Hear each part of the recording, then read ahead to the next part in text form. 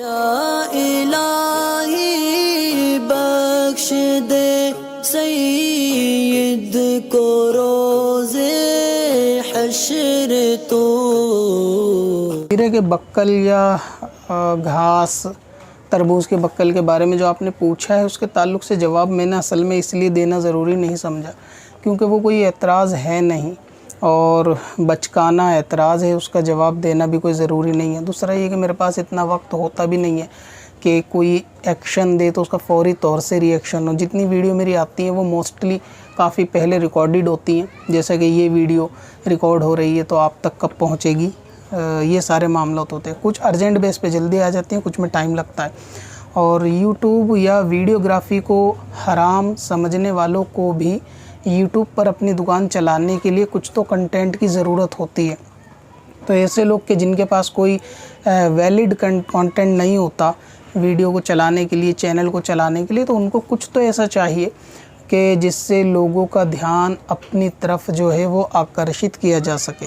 तो उस पर फिर एक ही मुद्दा बचता है, या दावत इस्लामी को ले लें या दावत इस्लामी के किसी ऐसे काम को ले लें कि जिस पे वीडियो बनाए तो उससे थोड़े अच्छे व्यू भी मिल सकते हैं और वो वीडियो या एतराज़ का कभी कदार जो है ना सर पैर नहीं होता। अगर आलिम किसी चीज़ की मुखालिफत करता है तो बात समझ में आती है, लेकिन ऐसी आजकल के चिरकुट किस्म के लोग, सिपाही किस्म के लोग इस तरीके की बातें यानी कमिश्नर बनने की कोशिश में रहते हैं, तो उनकी हर बात का जवाब तो दिया नहीं जा सकता कि वो तो अपना खेल टाइम पास करने के लिए यूट्यूब के ऊपर वीडियो डालते हैं। और खीरे के बक्कल के ताल्लुक़ से जो वीडियो आपने बताई है कि इसके बारे में क्या वजाहत है, सबसे पहले देखें किसी भी शख्स को, आदमी अगर इतना काबिल भी नहीं है कि वो किसी के मज़ाहिया कलाम को, हुस्न कलाम को समझ सके, तो फिर वो अपनी मन गढ़ंत मंतिक जो है वो बयान करता है और वो लोगों से ये कहता है कि इस पे वहाबी एतराज़ करेंगे। हालांकि वहाबी एतराज़ करने के बाद ही वो लोग वीडियो अपलोड करते हैं, यानी पहला एतराज़ वहाबी कर चुका होता है, अपनी कम अक्ली का इजहार कर चुका होता है, इसके बाद ये लोग उसको अपने चैनल के ऊपर अपलोड करते हैं और इस तरीके से लोगों को बहकाते हैं कि अपने चार चाहने वालों को खुश कर सकें, इस तरीके का मामला करते हैं। तो सबसे पहले उस वीडियो के अंदर कहीं ये नहीं कहा गया कि बक्कल जो है वो, यानी जैसा कि सामने वाले ने एतराज़ किया कि भाई खीरे के बक्कल अगर फेंकते हैं तो दावत इस्लामी वाले तरबूज़ के बक्कल का क्या करते हैं, क्या वो तरबूज़ का बक्कल खाते हैं या घास पे चलते हैं या नहीं चलते, या पत्ते वगैरह खाते हैं नहीं खाते, इस तरीके की बातें। तो वहाँ पर जो खीरे के बक्कल का ज़िक्र है, सबसे पहले तो वो खीरे का बक्कल खाया जा सकता है, उसमें इस चीज़ का तज़किरा मौजूद है। यानी वीडियो में ये चीज़ कही गई है कि खीरे का बक्कल फेंकना नहीं चाहिए, उसको खाया जा सकता है, इसीलिए उसको खाने की इजाज़त दी गई है कि उसको खा लिया जाए, फेंका ना जाए। और अब रहा ये कि पत्ते और घास या तरबूज, तो शायद वीडियो अपलोड करने वाले ये चीज़ें खाते होंगे या इनके आसपास के लोग या इनके घर के लोग खाते होंगे, तो इनको इस चीज़ का इल्म होगा कि क्या हम लोग भी खाते हैं। तो दावत इस्लामी वाले तरबूज के बक्कल, घास, पत्ते नहीं खाते, ये आप खाते हैं। और खीरे का बक्कल जो है वो हर शख्स खा सकता है, उसमें कोई हर्ज नहीं है। तो जो चीज़ खाई जा सकती है उसी को खाने के बारे में उसमें कहा गया है कि खीरे के बक्कल को खा लेना चाहिए। और बाकी जो एतराज़ किया जा रहा है, क्या फिर हरी तो घास भी है वो भी खानी चाहिए या पत्ते भी हरे हैं, तो क्या घास और पत्ते या तरबूज इन चीज़ों को आम इंसान अकल वाला खाता है? अगर खाता है तो खाना चाहिए, नहीं खाता तो नहीं खाना चाहिए। और खीरे के बक्कल तो खाए जाते हैं, यानी खीरे को बक्कल के साथ ही काट कर खाया जाता है, तो इसीलिए उसको खाने की इजाज़त दी है। तो इसमें बहुत वाज़े करके बताया गया है कि खीरे का बक्कल खा सकते हैं, लिहाजा इनको खाया जाए, फेंका ना जाए। तो ये तो बात क्लियर हो गई कि वहाँ पर हर हरी चीज़ को खाने की इजाज़त नहीं, ना ही हर बक्कल को खाने की इजाज़त है।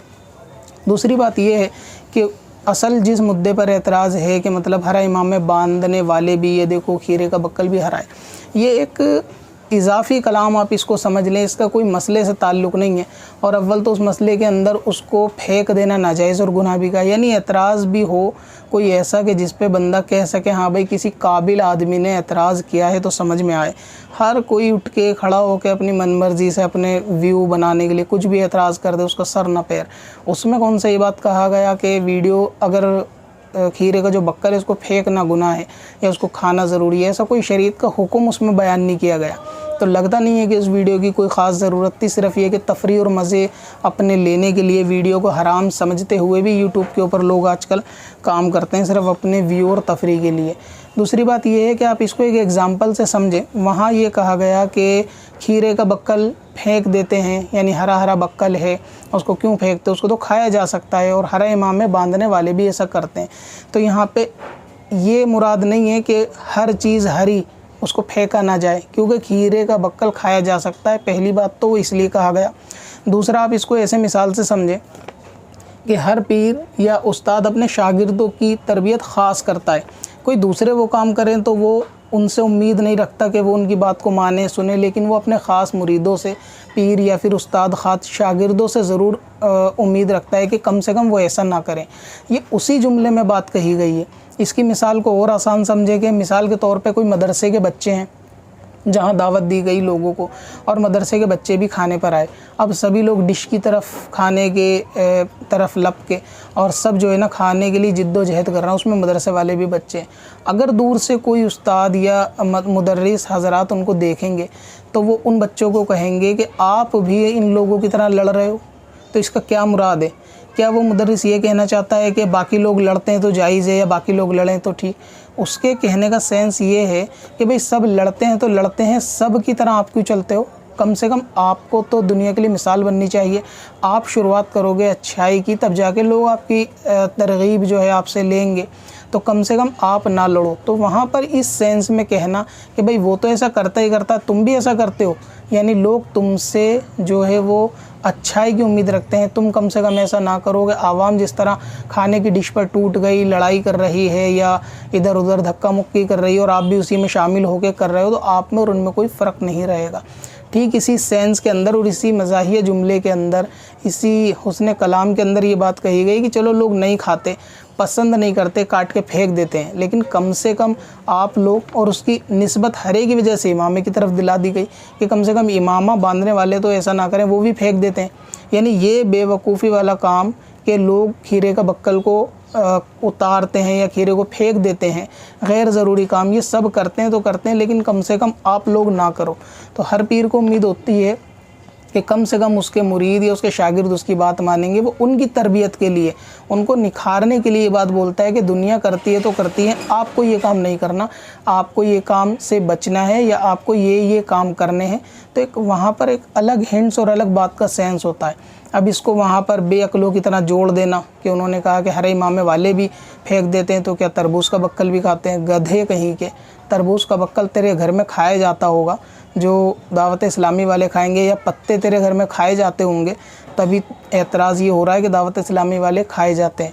दूसरे है कि आपने कहा कि वीडियो के अंदर जवाब के अंदर नाम डाला, आपसे जवाब पूछा, तो मैं आपको बता दूं, मैं किसी के बाप का नौकर तो नहीं हूँ कि कोई वीडियो के अंदर मेरा नाम लेकर सवाल पूछे तो मैं उसका फ़ौरी तौर से जी हुजूर फरमाइए, क्या आपका एतराज़ है, उसका जवाब दूँ। मैं उसके बाप का कोई ग़ुलाम हूँ या नौकर हूँ कि अगर कोई चिरकुट खड़ा हो और एतराज़ करे, ऐसा करा वैसा करा, और बचकाना एतराज़ जिसका सर ना पैर, उसके मैं जवाब दूँ? ऐसा हमेशा फ़ौरी तौर पे ज़रूरी नहीं होता। वक्त नहीं मिला था, जवाब नहीं दिया, और जवाब ना देने का मतलब ऐसा भी नहीं होता कि जवाब नहीं है, ठीक है, लेकिन कभी कभी इग्नोर कर दिया जाता है कि उनकी बातों का कोई सेंस भी नहीं निकलता। सिपाही हैं तो कमिश्नर मिनिस्टर बनने की कोशिश में है, वही उनकी अकल है चपरासी और सिपाहियों वाली, तो वहीं तक उनकी सोच भी सीमित है।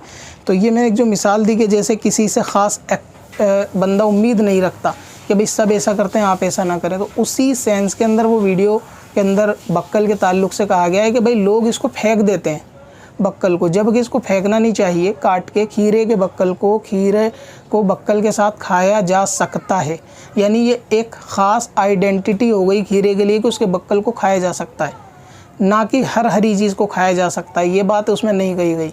तरबूज़ के लिए ऐसा तो नहीं कहा गया कि बक्कल को खाया जा सकता हो, तो उस पर तो एतराज़ करना ही फिजूल है कि तरबूज़ का बक्कल भी हरा है तो क्या खा सकते हैं?